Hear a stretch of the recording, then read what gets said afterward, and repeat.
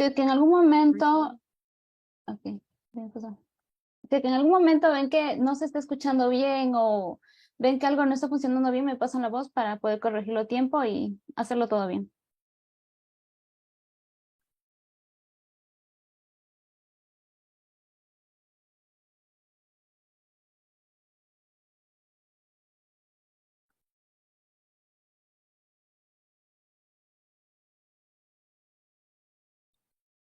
Listo. El primer tema, entonces, como les había recalcado, va a ser historias clínicas. Recordemos que las historias clínicas no hay un formato único, en cada hospital cambia el formato, pero el esquema general que se les está mostrando les va a ayudar mucho para poder hacer una buena historia clínica.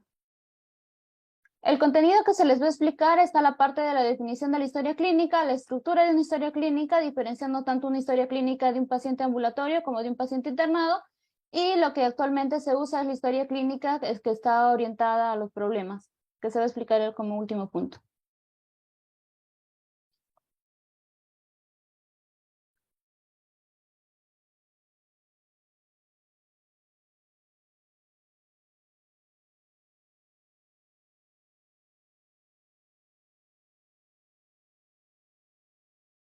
Ya.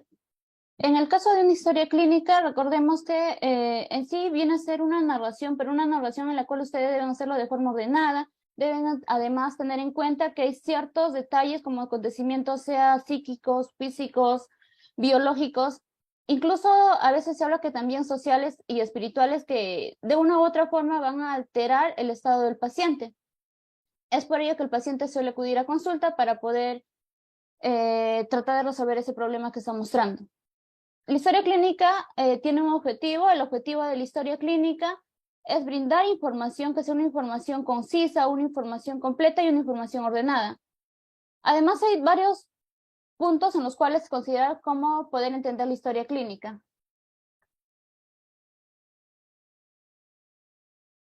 En el caso de entenderlo, la historia clínica como un documento, el documento médico es caracterizado la historia clínica debido a que gracias a que nosotros podemos hacer una buena historia clínica, vamos a poder conocer más detalles de una enfermedad.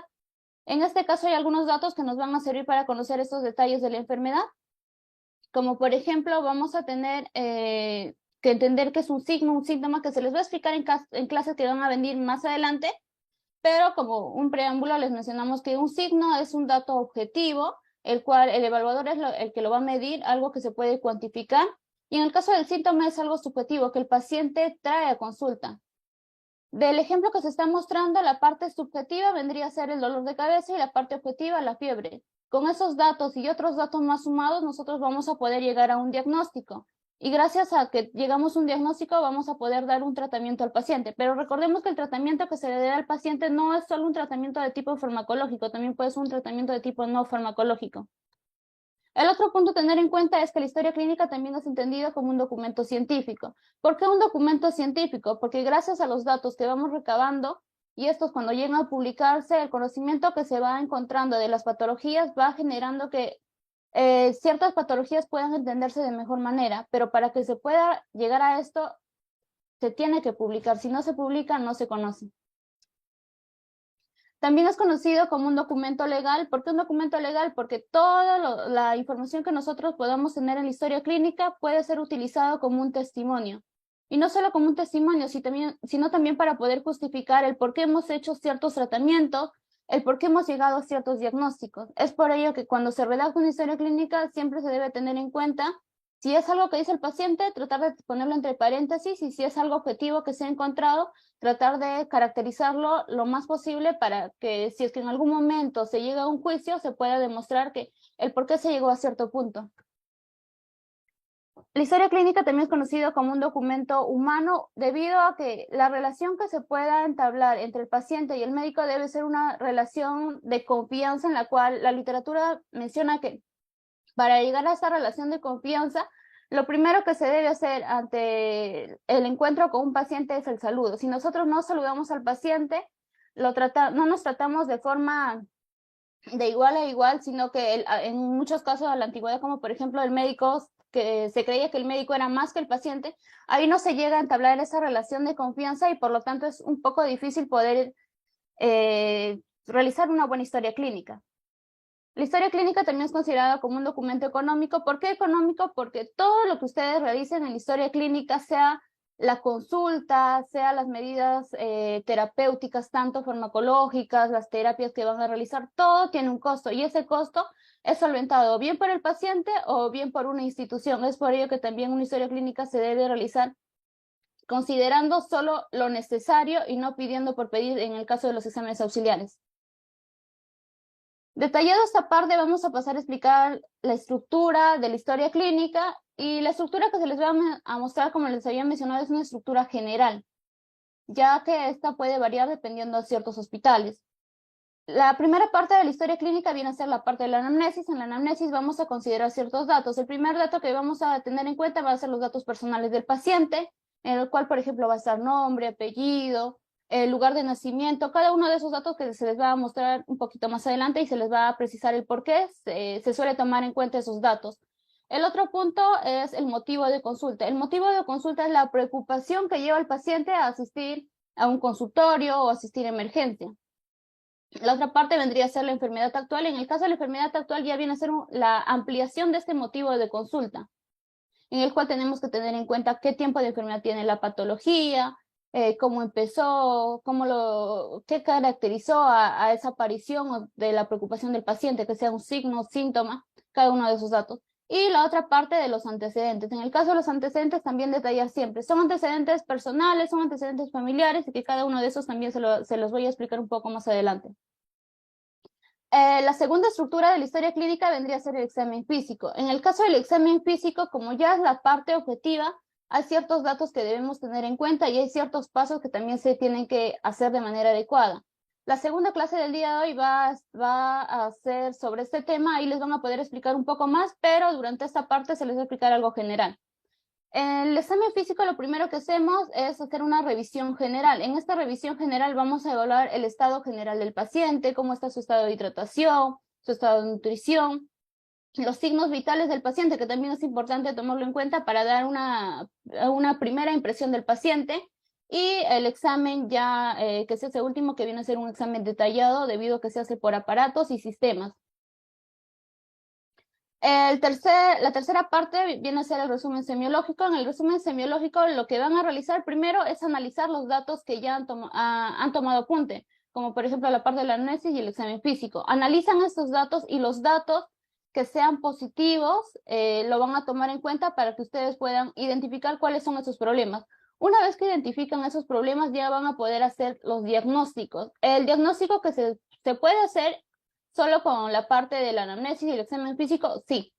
Pero hay ciertos casos en los cuales es necesario tomar ciertos exámenes auxiliares, pero la mayoría de los casos, recalco, es con la clínica. Y el último paso, que viene a ser el plan de trabajo. En el plan de trabajo, una vez que ya tenemos ciertos diagnósticos, que no hemos llegado a definir un diagnóstico debido a que necesitamos pruebas de laboratorio, se puede pedir estas pruebas de laboratorio en el plan de trabajo. Estas pruebas pueden ser de laboratorio en algunos casos, en otros casos de pruebas de imágenes. Y cuando ya tenemos un diagnóstico, damos el tratamiento. Si notamos que el tratamiento o el manejo no se puede hacer solo por un servicio, entonces, ¿qué vamos a hacer? Hacer interconsultas, debido a que la atención del paciente, para que sea una atención de calidad, no solo se hace por un servicio, sino se necesita hacer un trabajo interdisciplinario. El siguiente punto acá a mencionarles es la diferencia entre una historia clínica de un paciente internado y una historia clínica de un paciente ambulatorio. La estructura, como pueden notar, es casi similar. Lo único que estaría diferenciándose es la parte de la evolución del paciente. En el caso de la evolución diaria del paciente, una vez que ya tomaron en cuenta todos estos datos en la primera parte o el primer día que se le hace la evaluación al paciente, la evaluación se utiliza un método que viene a ser el método que se está mostrando en la parte inferior, que es la historia clínica orientada a problemas. Todos los días ustedes tienen que evaluar la parte subjetiva del paciente, luego hacer el examen físico, tomar en cuenta ciertos exámenes auxiliares que se le ha tomado al paciente, que vendría a ser la parte objetiva. Según eso hacen una apreciación, es decir, van a llegar al diagnóstico y finalmente hacen el plan de trabajo. Y la epicrisis, que viene a ser la parte final de una historia clínica, en la cual esto se hace cuando el paciente sale de alta o bien el paciente llega a fallecer. Esa es la parte de epicrisis, epifinal. Y en el caso de un paciente ambulatorio es la misma estructura que se les ha mostrado. Tener en cuenta que la historia clínica orientada a problemas también tiene partes y es la que hoy en día se usa en los hospitales. Estas partes vienen a ser la base de datos en la cual está compuesto por la anamnesis, el motivo de consulta, la enfermedad, el examen físico, los exámenes auxiliares. Luego tenemos el listado de problemas que vamos a sacar de esta primera parte y finalmente la nota de evolución y el plan de trabajo. El otro punto a tener en cuenta ya vendría a ser centrándonos un poquito más, la anamnesis. En el caso de la anamnesis tenemos que tener en cuenta que es la parte más importante de la historia clínica. Y recalco nuevamente, ¿por qué más importante? Porque si nosotros hacemos un buen interrogatorio en esta parte, vamos a poder llegar al diagnóstico de manera fácil. Y la literatura menciona que más del 50% de los diagnósticos se llega haciendo una buena anamnesis. El otro nombre de la anamnesis es interrogatorio, eso no se olviden. Y el interrogatorio puede ser de tres tipos. Puede ser un interrogatorio directo cuando los datos se los brinda solo el paciente. Puede ser un interrogatorio indirecto cuando el dato se los va a brindar el acompañante del paciente, que puede ser un familiar, puede ser el vecino o la persona que ha llevado en sí al paciente al hospital. Y el tercer tipo de anamnesis es una anamnesis mixta en la cual va a participar tanto el paciente como el acompañante del paciente brindando los datos. La parte de la anamnesis que les había mencionado, la primera parte es tomar en cuenta los datos personales del paciente. Uno de los primeros datos a tomar en cuenta viene a ser nombre y apellido del paciente. ¿Por qué es importante tomar este dato? Porque el paciente tenemos que tratarlo con respeto. No podemos tutear a un paciente. Si nosotros tuteamos al paciente, en muchos de los casos el paciente como que va a tener cierto recelo y ya no va a tener la confianza adecuada para poder brindarnos los datos que nosotros necesitamos para poder llegar a un buen diagnóstico. El otro dato a tener en cuenta es el sexo. ¿Por qué es importante también anotar el sexo? Porque hay ciertas patologías que son más prevalentes en mujeres y no en varones, como por ejemplo el lupus. El lupus es más prevalente en el caso de las mujeres. En general, las patologías autoinmunes son más frecuentes en mujeres. El otro punto a tener en cuenta es la edad. En el caso de la edad, el ejemplo que les he colocado acá es la hipertensión arterial. ¿Por qué la hipertensión arterial les he colocado acá como ejemplo? Porque dependiendo a la edad del paciente, generalmente, no siempre, en los pacientes jóvenes, la etiología de la hipertensión arterial suele ser por una causa secundaria. Es decir, hay otra patología de fondo. Y en el caso de un paciente adulto, la etiología que se menciona generalmente es de una patología de tipo esencial. Es decir, hay múltiples factores que están interviniendo. Acá es una de tipo secundaria y acá una de tipo esencial.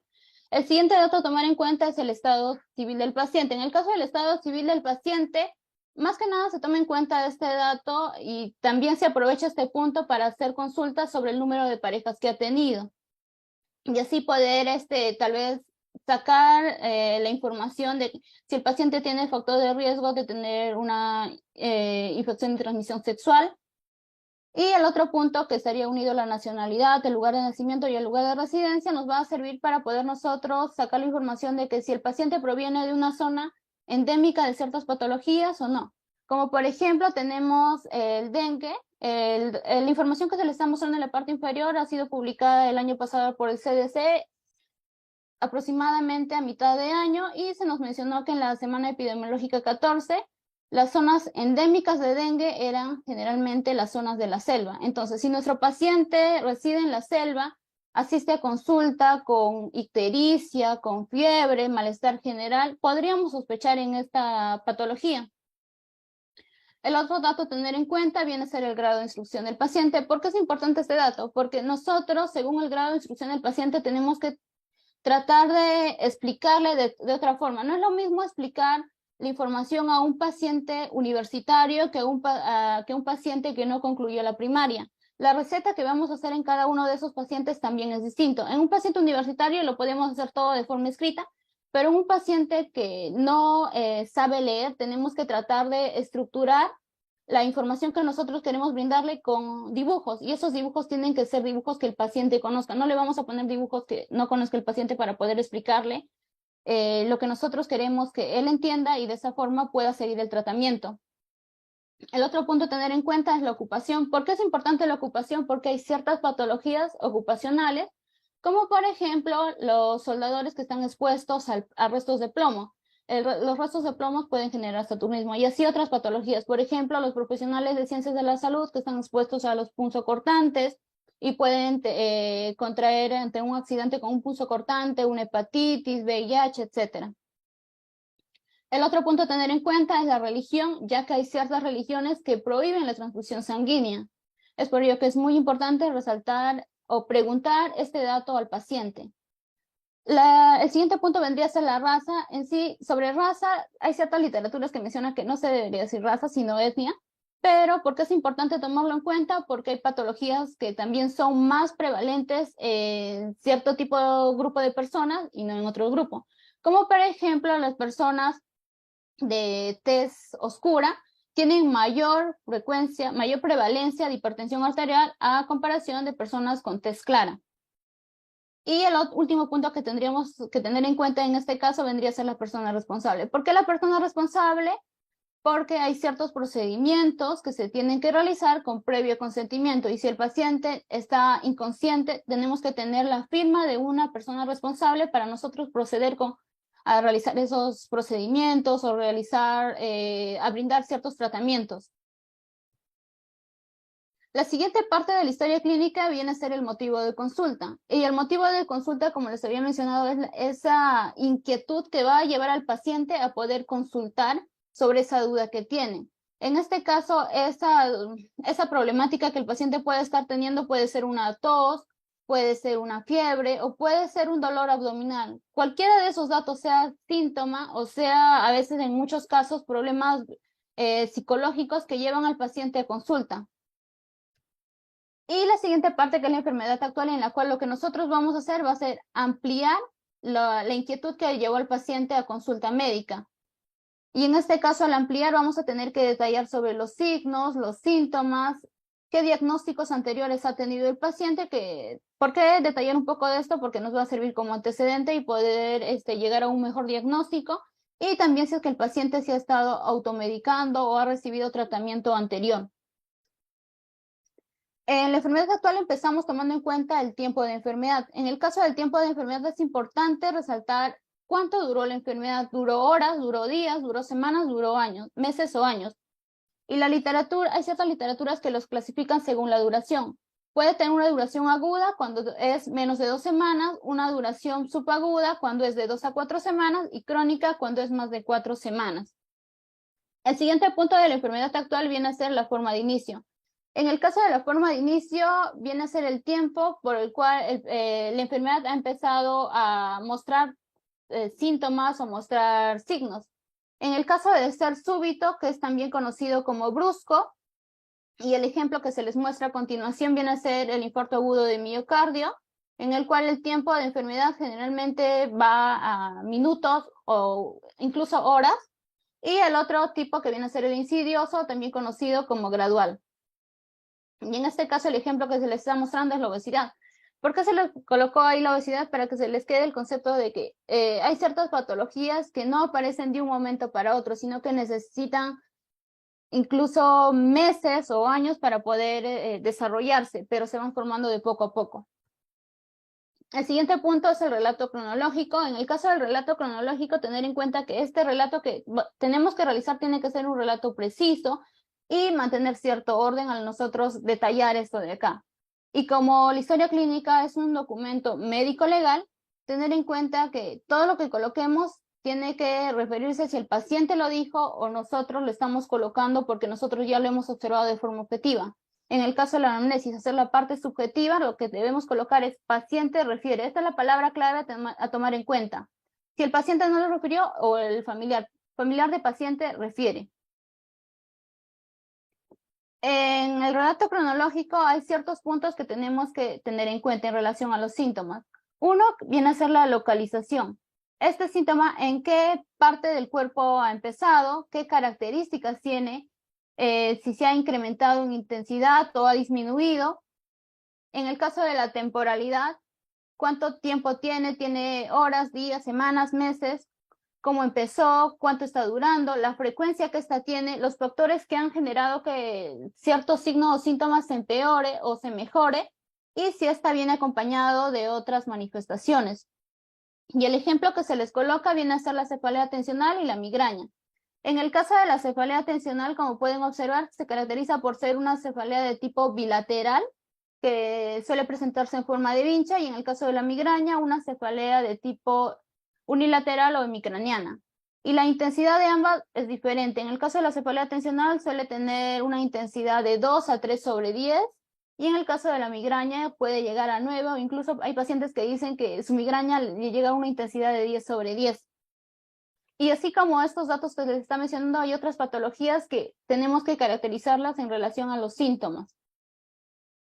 Y algo importante a tener en cuenta en la parte del relato cronológico es no solo colocar los datos que sean positivos, sino también colocar los datos negativos.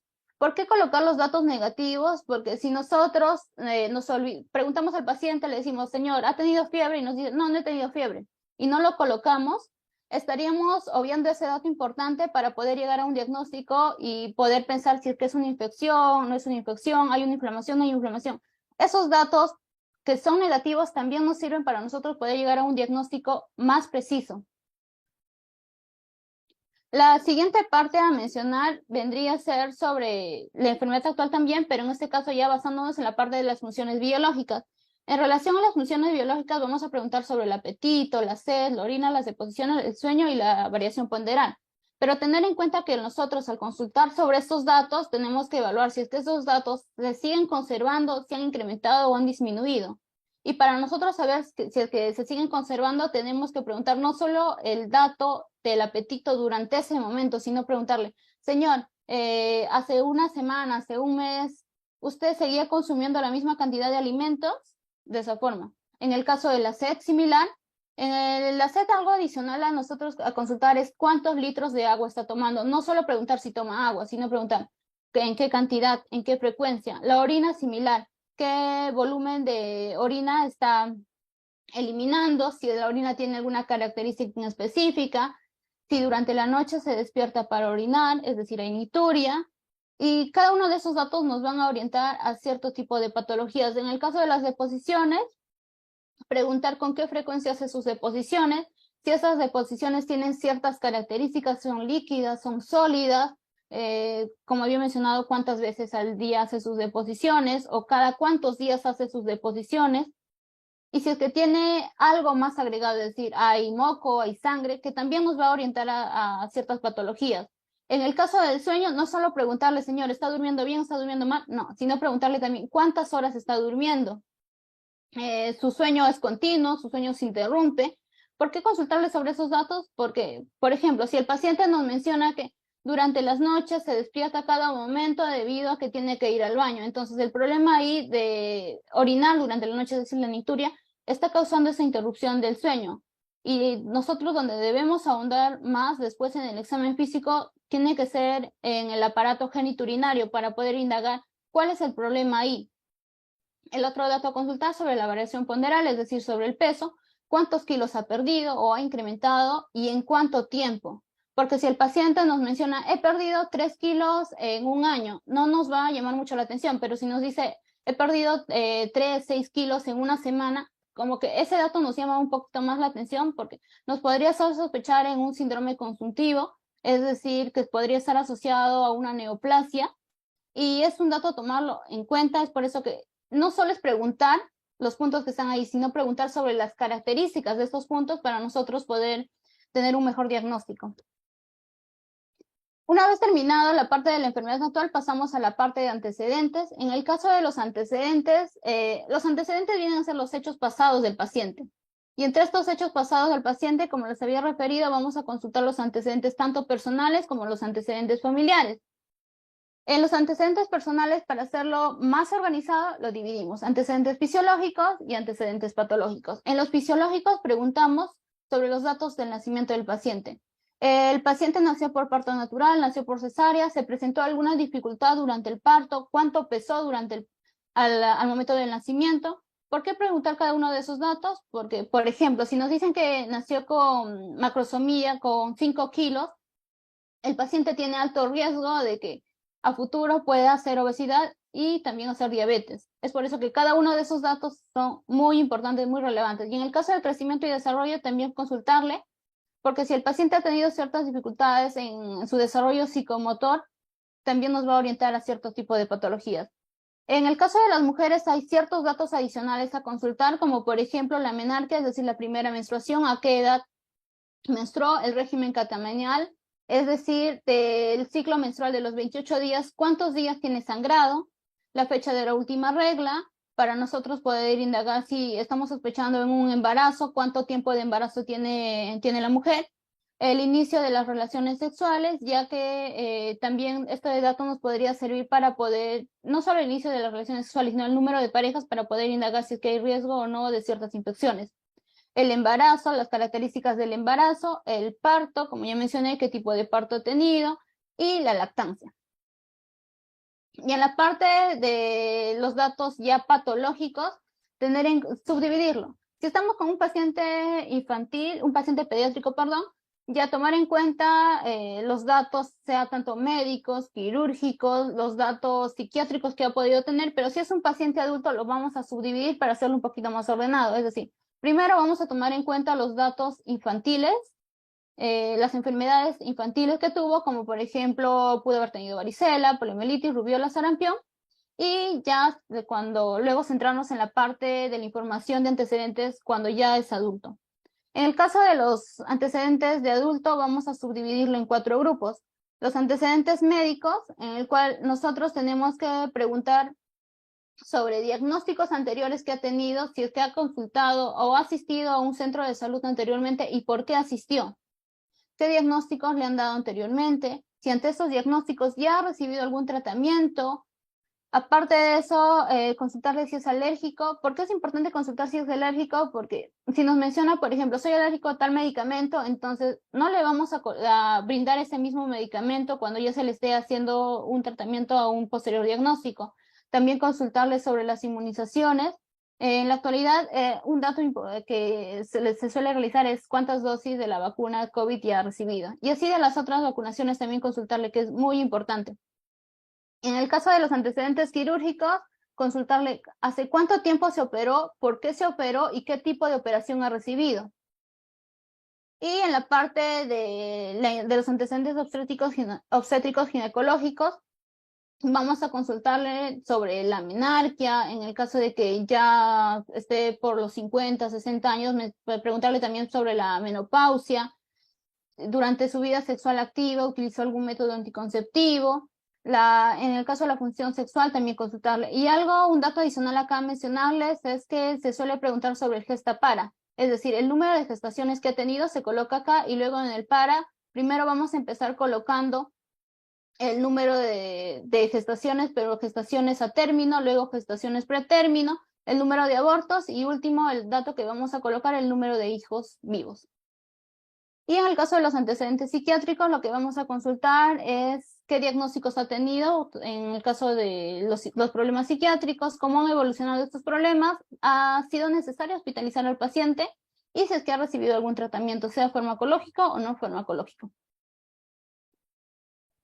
Luego ya pasaríamos a consultar sobre información o antecedentes del medio, dónde nació el paciente, todos los lugares donde ha residido el paciente. ¿Por qué preguntar los lugares anteriores de residencia? Porque hay ciertas zonas en las cuales hay alta prevalencia de parasitosis. Por ejemplo, si el paciente nos menciona vivía en una zona rural en la cual no había agua potable y tiene la clínica de una parasitosis, nosotros vamos a sospechar, obviamente, tenemos que hacer el descarte de una parasitosis, pero si el paciente nos menciona que vive en un lugar en el cual tiene las condiciones adecuadas de agua, desagüe, ya pensaríamos en otro diagnóstico y no tanto en una parasitosis.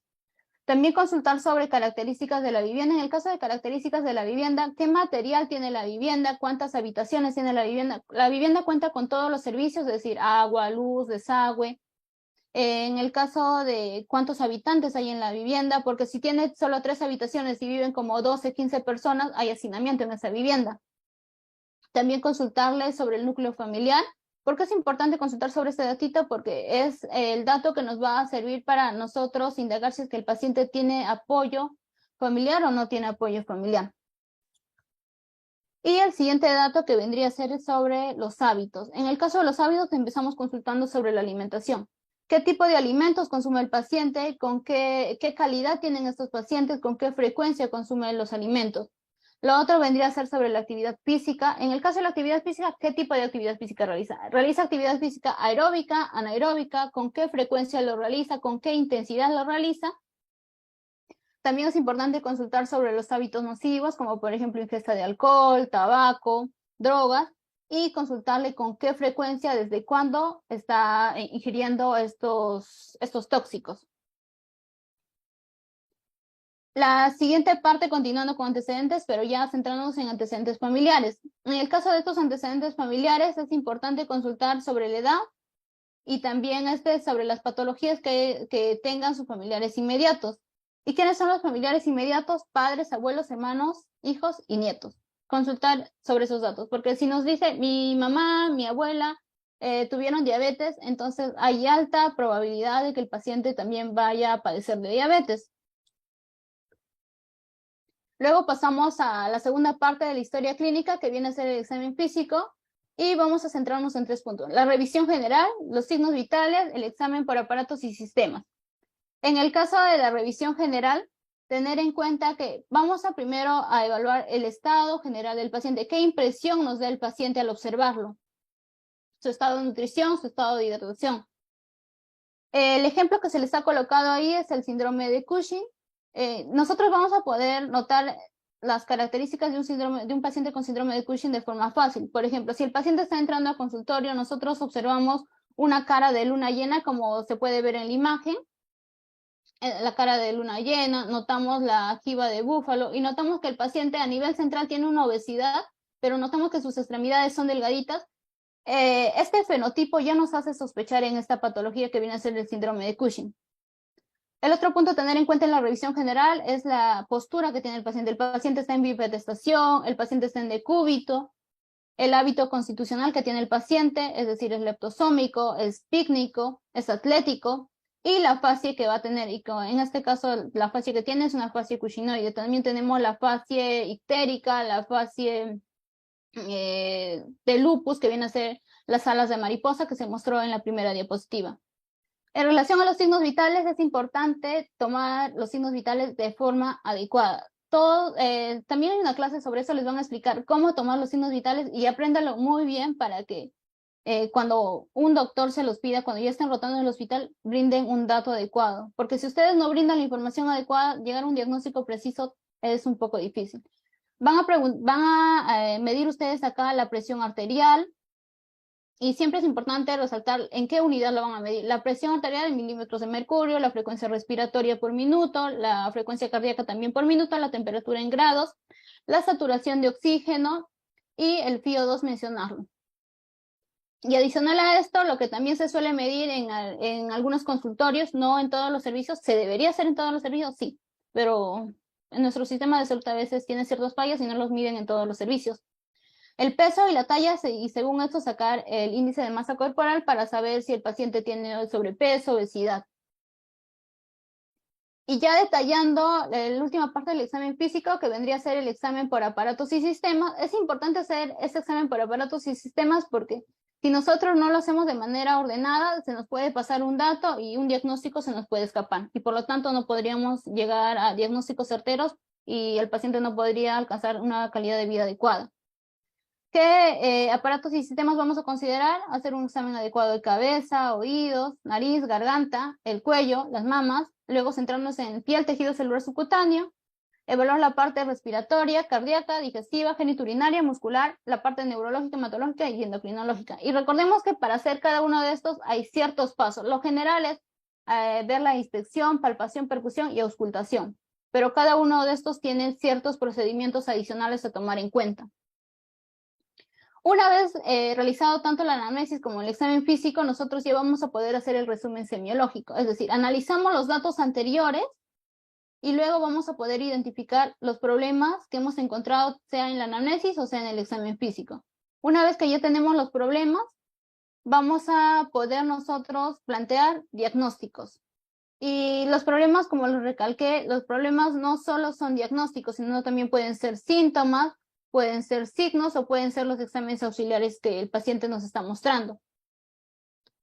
Y en las consideraciones diagnósticas podemos tener diagnósticos presuntivos o diagnósticos diferenciales.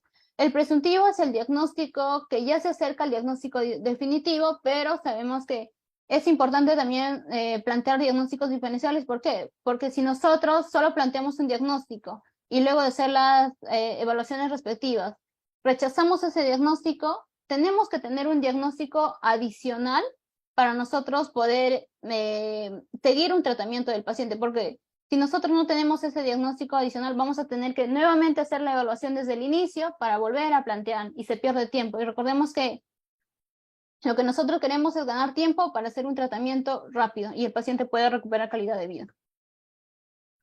El siguiente paso viene a ser la parte del plan de trabajo. En el plan de trabajo vamos a empezar con los exámenes auxiliares, dependiendo si es que se requiere o no se requiere, porque en la mayoría de los casos el diagnóstico se hace con la clínica y ya no es necesario hacer exámenes auxiliares.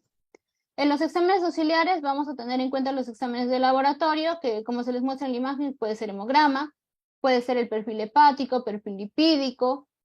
En los exámenes de laboratorio, una resonancia magnética, tomografía, ecografía, etc. Y ya con un diagnóstico definitivo empezamos el tratamiento. El tratamiento puede ser de dos tipos, puede ser un tratamiento no farmacológico y un tratamiento farmacológico. El tratamiento no farmacológico es el más importante. ¿Por qué es el más importante? Porque nos sirve para educar al paciente. Si nosotros educamos al paciente, es más probable que el problema que tuvo el paciente no se vuelva a repetir. Por ejemplo, si el problema que tuvo el paciente es una enfermedad diarreica aguda que se generó por malos hábitos y nosotros brindamos la información adecuada para que el paciente ya no siga teniendo los malos hábitos, el paciente ya prácticamente es menos probable que vuelva a acudir por ese mismo problema. Y el paciente no solo se queda con esa información. Si es una madre, va a brindar esa información o replicar esa información con sus hijos, con su pareja, con otros familiares, y no solo estaríamos educando a una persona, sino estaríamos aprovechando ese momento para educar muchas más personas. El tratamiento no farmacológico también son las terapias que se puede brindar al paciente, terapia física, el caso que las otras terapias que suelen brindar los otros servicios como terapia ocupacional y todo eso. Y los tratamientos farmacológicos, que ya viene a ser brindarle un tratamiento con medicamentos. Pero recordemos que el medicamento que se le va a brindar al paciente tiene que ser un medicamento que existe en la cobertura de nuestro país, porque si nosotros le ponemos como utilice tal medicamento y no lo tenemos en nuestro país, el paciente no lo va a poder conseguir y por lo tanto no va a poder tratar su patología. Y también tenemos que recomendar un tratamiento que esté al bolsillo del paciente. Y lo otro, aparte de que sea factible, que esté dentro de nuestro país, algo que el paciente lo pueda tolerar. Porque si es un medicamento que le genera muchas reacciones adversas al paciente, tampoco lo va a continuar y por lo tanto no vamos a poder tratar la patología. Y lo último, que viene a ser la parte de interconsultas. En el caso de las interconsultas, ¿por qué es importante este punto? Porque recordemos que el paciente es una unidad biopsicosocial. No solo debemos tratar la parte biológica, sino que también si es que hay un problema psicológico, derivarlo a psicología.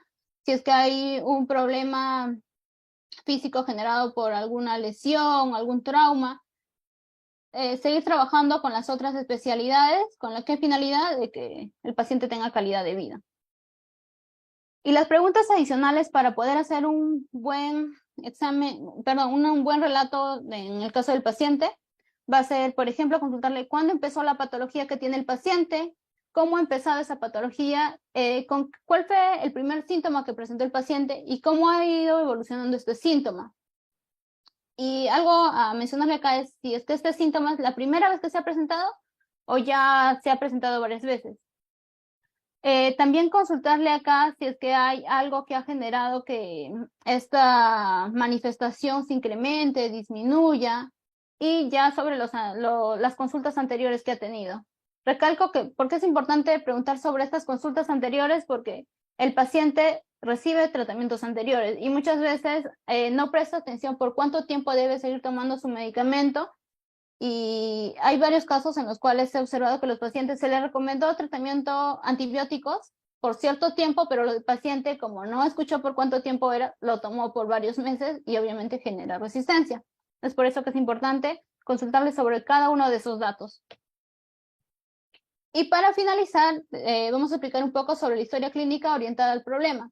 La historia clínica orientada al problema fue planteado por Lawrence en el 1966 y Lawrence mencionaba que un problema es todo aquello que al paciente asiste con esa duda a consulta porque requiere un diagnóstico y también requiere un manejo. Aparte de eso, Lawrence mencionaba que este problema afecta la calidad de vida del paciente. Es por ello que el paciente necesita recuperar nuevamente el equilibrio de todas sus esferas para tener calidad de vida. ¿Y cuál era el objetivo de hacer esta historia clínica orientada al problema? Debido a que si se hacía siguiendo la estructura que Lawrence planteaba, la historia clínica se podría hacer de una forma más ordenada y en el caso de los problemas que presentaban el paciente se podría explicar de una mejor manera. ¿Y qué ventajas nos muestra hacer este tipo de historia clínica? Que no solo nos vamos a centrar en un problema biológico, sino también vamos a tomar las otras esferas del ser humano, que viene a ser la esfera psicológica, la esfera social. Y también es importante, o la ventaja que nos mostraba Lawrence decía de que a nosotros hacer una historia clínica orientada al problema, ya no solo nos basamos en un solo problema, sino que tenemos la facilidad de poder analizar varios problemas al mismo tiempo, es decir, no solo en un momento dado, sino analizar cuál fue el antecedente de esta patología. El otro punto acá a mencionar es que gracias a este planteamiento que hizo Lawrence, los datos son más fáciles de recopilarlo y posterior a ello hacer un mejor trabajo, obviamente interdisciplinario. La estructura de la historia clínica orientada al problema, la primera parte es la base de datos, la segunda parte el listado de problemas y la tercera parte la nota de evolución y plan de acción. En el caso de la base de datos vamos a tener en cuenta la anamnesis, es decir, los datos personales del paciente, el examen físico y el examen auxiliar. De cada uno de estos puntos en el listado de problemas vamos a sacar los datos positivos. Y según eso vamos a poder nosotros plantear la enfermedad del paciente. Si es que no llegamos aún a plantear una enfermedad del paciente, también tenemos que tener en cuenta si es que hay un signo o síntoma que sea positivo para nosotros plantearlo como un problema. Y si es que también hay un dato de laboratorio o un dato de imagen que está alterado, lo podemos ir colocando acá sumado a los datos o problemas psicosociales. Y con eso nosotros vamos a poder evaluar la evolución del paciente y para eso plantea la técnica de SOAP. SOAP, S de subjetivo, es decir, cuál es el motivo que llevó al paciente a consulta, que puede ser quejas, puede ser preocupaciones, cómo se está mostrando en la imagen una cefalea que viene a ser algo subjetivo, la parte de O que representa el objetivo, que viene a ser todos los datos positivos que se van a sacar tanto del examen físico como de los exámenes auxiliares, la A que es la apreciación, que según tanto la parte subjetiva, objetiva, nosotros evaluamos esos datos, según esos datos llegamos a plantear un diagnóstico y vamos a poder valorar cuál es el estado del paciente y según eso dar un pronóstico del paciente. Y finalmente plantear el plan. En este plan de trabajo vamos a hacer un plan tanto terapéutico y aprovechar el momento para educar al paciente, que es lo más importante. Eso sería todo, no sé si tienen dudas. ¿Hay alguna duda?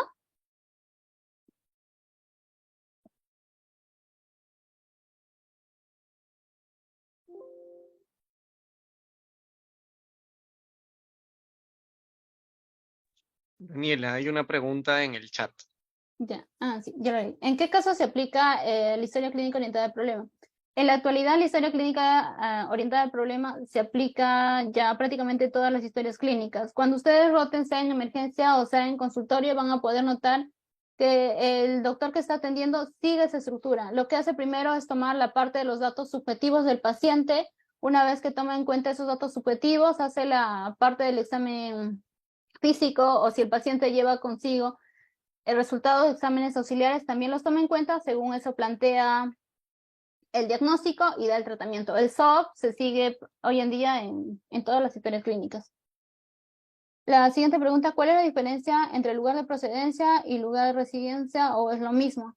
El lugar de residencia es el lugar en el cual el paciente está viviendo actualmente y la literatura menciona que sea durante los últimos 6 meses. Y lugar de procedencia es las residencias anteriores a esos 6 meses o incluso el lugar de nacimiento, que puede ser un lugar de procedencia anterior. Siguiente pregunta: ¿en qué casos de los datos personales, como se pregunta el ítem de raza, o tan solo es una precisión? Preguntarle como tal raza al paciente no es adecuado. Hay doctores que sí te van a decir, no, tienes que preguntarle raza al paciente, pero ya observando la test del paciente, ustedes pueden saber qué tipo de test tiene, y según eso ustedes colocar en la historia clínica. No es adecuado colocar raza, pero se sigue utilizando. Lo adecuado es utilizar etnia blanca, etnia oscura, así. Pero se sigue usando en la literatura hoy en día. ¿Alguna otra pregunta? ¿Cuánto dura la elaboración de una historia clínica? Esto depende. En el caso de una historia clínica que lo van a hacer en piso, es decir, cuando un paciente está hospitalizado, tienen que hacerlo de forma detallada y les puede llegar a tomar de 30 minutos a 1 hora. Pero si están en consultorio solo tienen a lo mucho 15 minutos para poder hacer toda la historia clínica, hacer la parte subjetiva, objetiva, hacer la apreciación y dar el tratamiento. El tiempo de enfermedad es a partir del primer síntoma, es desde que empezó la clínica, desde ahí se considera el tiempo de enfermedad. ¿Alguna otra pregunta? Preguntan también sobre el gesta para. En el caso del gesta para, la G de gestación, el número de gestaciones que ha tenido el paciente, luego sigue la P de partos. El primer espacio es para colocar los partos a término que ha tenido el paciente, es decir, de 37 semanas a más. El siguiente espacio es para colocar los partos pretérminos de 37 semanas a menos. Luego está el número de abortos y el último espacio, el número de hijos vivos. ¿Alguna otra pregunta?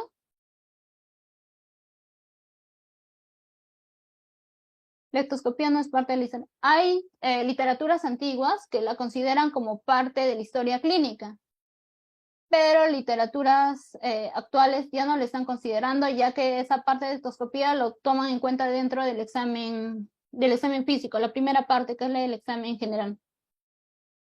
¿Cuál es la diferencia de curso, inicio y qué se pone en la historia clínica?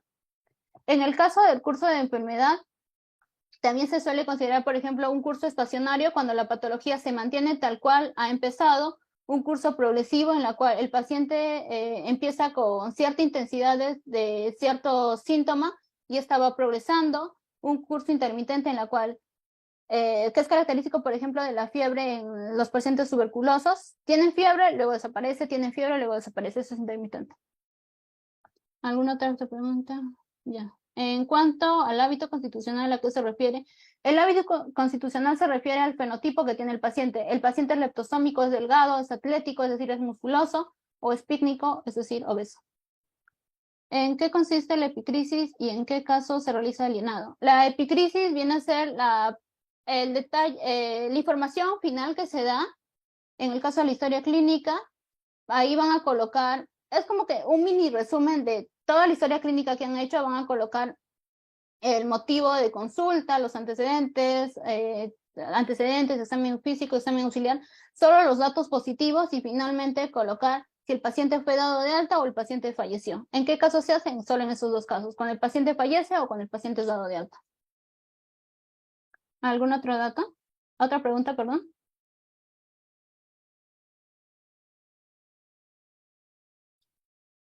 Como tal, el diagnóstico sindrómico no se coloca en la historia clínica porque, como les mencioné, la historia clínica que se está utilizando actualmente es la que está orientada a problemas. Y esa parte orientada a problemas vendría a ser parte de la apreciación. Es ahí donde entra ese diagnóstico sindrómico, en la cual ustedes tienen que considerar los problemas que han encontrado en el paciente. Y estos problemas pueden ser diagnósticos como tal, o pueden ser datos que no se han podido correlacionar y por lo tanto no se puede llegar a un diagnóstico. A eso se refiere. ¿A qué se refiere con datos positivos? Los datos positivos, por ejemplo, si yo tengo pruebas de laboratorio, un perfil hepático, y encuentro que los valores de la bilirrubina, de las proteínas están normales, pero encuentro justo que el dato de la albúmina está alterado. Eso es un dato positivo, a eso me refiero, cuando el dato está alterado. ¿Alguna otra pregunta? ¿Otra pregunta?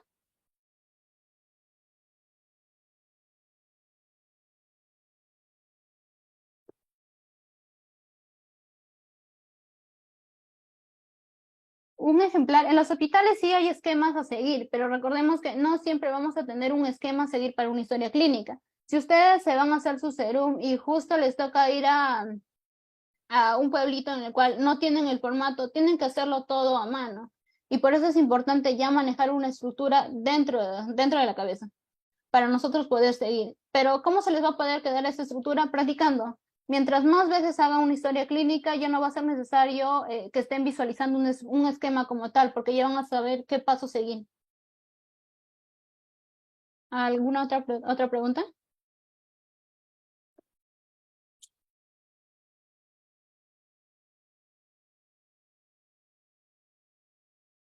No son los datos positivos, no es que sean datos erróneos, son datos alterados. Ya, les pongo otro ejemplo. En el caso de un hemograma, si en el caso de de la hemoglobina, el valor normal en mujeres es de 12 a 16. Si la hemoglobina nos sale 10, nos sale 8, es un dato ya alterado. Y sería un dato positivo a tomar en cuenta porque nos estaría indicando que hay un problema que ha generado que se altere ese dato. A eso me refiero con dato positivo. ¿Alguna otra pregunta?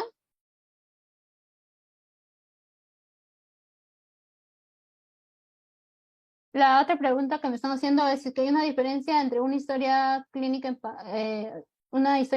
en hoja de papel y una de computadora. No hay tanta diferencia. Es que, como les mencioné, recalco que los hospitales utilizan ciertas estructuras ya a seguir. Pero si ustedes siguen la estructura general, que es tomar en cuenta la parte subjetiva, objetiva, hacer la apreciación y luego el plan de trabajo, pueden llegar a un buen diagnóstico. No es tanto de qué estructura de qué hospital están siguiendo, sino saber el esquema general y en base a eso hacerlo. ¿Alguna otra pregunta?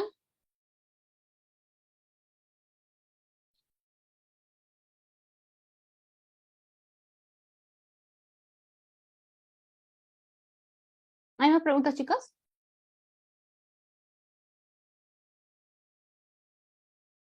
Parece que no, Daniela. Hay una pregunta. Tener un libro de referencia. En el caso del plan de trabajo, no es que exista un libro que les diga, tenemos el problema hasta tal cosa. Lo recomendable hoy en día no es tanto, si bien es cierto, revisar libros es importante para los temas generales, pero cuando ya revisamos patologías, lo mejor que pueden revisar son artículos, y artículos que sean de preferencia de 5 años de antigüedad, porque les van a poder mostrar datos mucho más precisos y a más detalle.